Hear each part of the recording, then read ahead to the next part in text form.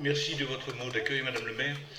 Messieurs les présidents, messieurs, mesdames, pardon, les présidents et élus, il n'est pas d'usage que le garant se présente à chaque réunion publique d'un processus de concertation. Cela dit, comme Claude Bernet a eu des problèmes de santé, je le remplace au pied levé.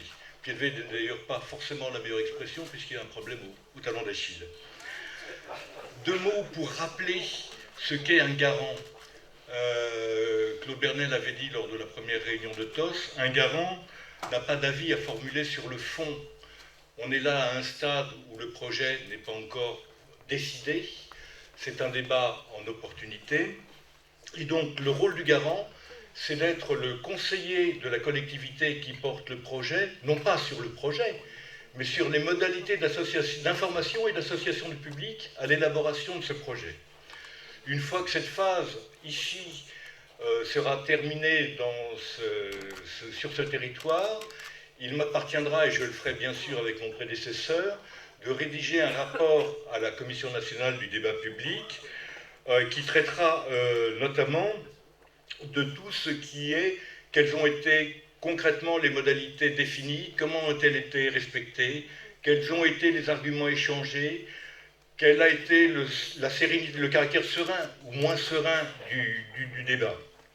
Donc ce qui compte, je le répète, et je le répéterai encore une fois peut-être tout à l'heure, ou tout de suite parce que mon intervention sera courte, c'est la nature des arguments exposés, c'est elle qui peut aider la collectivité qui est en charge de décider si ce projet se fera ou non, qu'il peut se faire et à quelles conditions. Cela en respectant les valeurs que moi je porte, c'est-à-dire les valeurs de la Commission nationale du débat public, qui sont triples.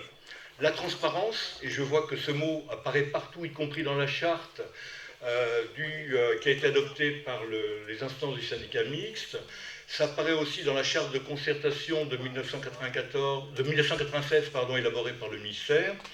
Donc c'est un mot qui signifie vraiment tout ce qu'il veut dire, c'est que tout doit être mis sur la table pour permettre de connaître les arguments de celui qui porte le projet et de permettre à ceux qui l'approuvent ou le désapprouvent de formuler eux-mêmes des arguments. Autre point, c'est l'égalité de traitement.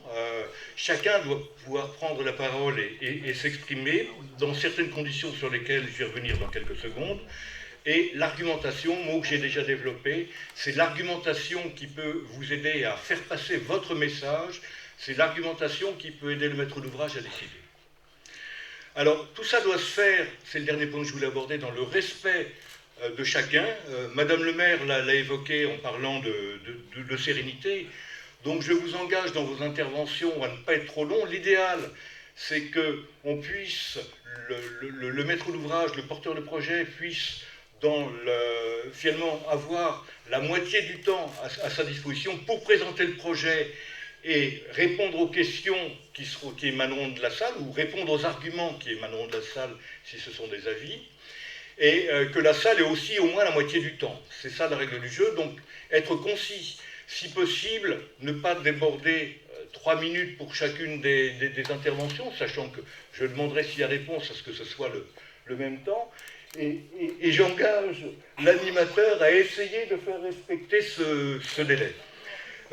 Et puis, c'est un débat citoyen, il faut respecter chacun, donc si on peut éviter les applaudissements quand on apprécie, les sifflets ou les huées quand on n'est pas d'accord, la force de l'argument, c'est dans le contenu de la parole, c'est pas dans les réactions du public. Le conseil départemental, la communauté de communes ne sera pas sensible aux applaudissements et aux sifflets. Donc je me permets d'insister là parce que j'ai cru comprendre que la dernière réunion avait été un petit peu délicate sur ce point.